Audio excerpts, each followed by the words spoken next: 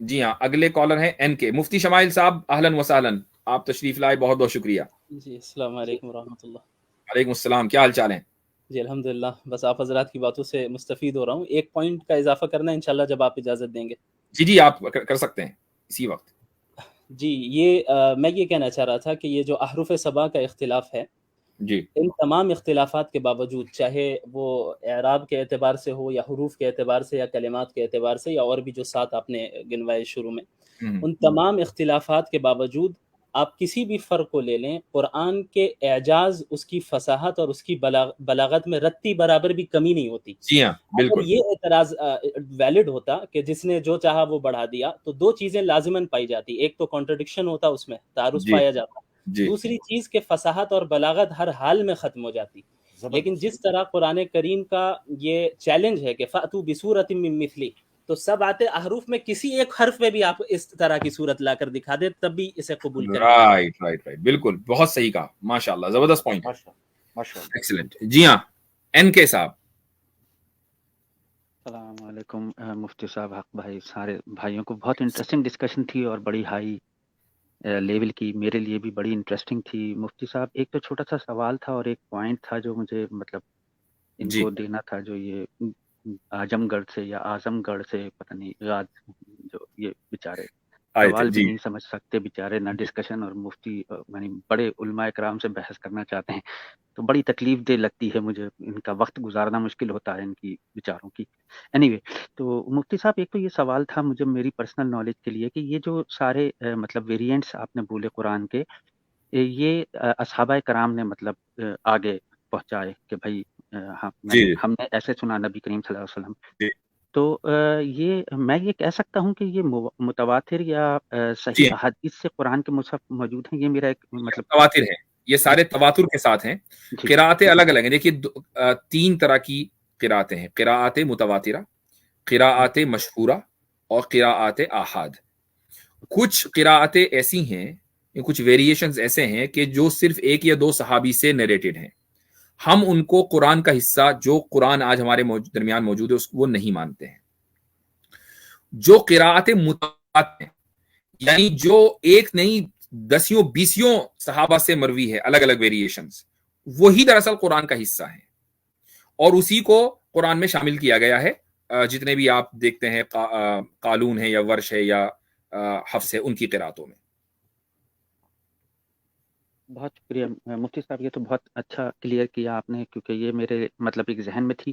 اصل میں میرا بیک گراؤنڈ جو ہے وہ انفارمیشن پروسیسنگ سے ہی ہے, میں انجینئر ہوں. تو ہمارے لیے تو یہ جتنی بھی قرآن کی آپ نے بات بتائی, تو یہ مطلب انجینئرنگ پوائنٹ آف ویو سے انٹیگریٹی کا مسئلہ ہے. اور مطلب میں کیونکہ چلتی پوچھتی ماشاء اللہ نسلاً مسلمان ہوں, اور علم کے بعد الحمدللہ, اور اسلام جتنا انجینئرنگ میں زیادہ گیا اندر, تو اتنا اسلام پختہ ہوتا گیا. تو اب مجھے کوئی ریزن نظر نہیں آتی کہ اسلام کے علاوہ کوئی چیز ہو, کہ اس میں بہت ہی خطرناک قسم تک کا معاملہ ہے. جو یہ لوح محفوظ کی بات کر رہے تھے, وہ میرے خیال میں ڈیو صاحب تھے یا نیو صاحب تھے.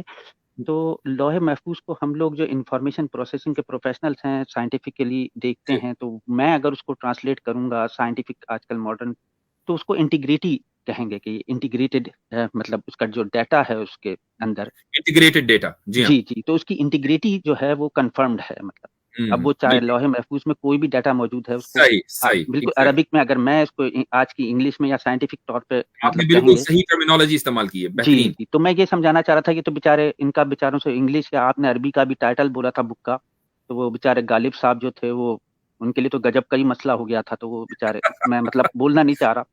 اینی وے, تو یہ انٹیگریٹڈ لوح محفوظ کا ایک معاملہ ہو گیا. دوسری ایک چیز میں یہ بتانا چاہ رہا تھا ان لوگوں کو, کہ ہمارے یہاں انفارمیشن پروسیسنگ میں کچھ 20 دہائی سے ایک مسئلہ رہا ہے کہ جو ٹیکسٹ ہوتا ہے جس کو ہم لکھتے ہیں, اس کو پھر ہم کتابوں میں جیسے لکھتے ہیں, تو وہ آگے طور پہ مختلف ڈیوائسز میں, جیسے آپ کے پاس موبائل ڈیوائس ہے, کمپیوٹر ڈیوائس ہے, یعنی تو اس میں وہ مختلف طریقے سے دکھتا تھا, مطلب آدھا کٹا ہوا دکھ رہا یا کیا. تو اس کے لیے انہوں نے میٹا ڈیٹا اور پی ڈی ایف بنائی, جس کو یہ ابھی P D F download بھی کرتے ہیں پورٹیبل ڈاکومنٹ فارمیٹ کے طور پہ.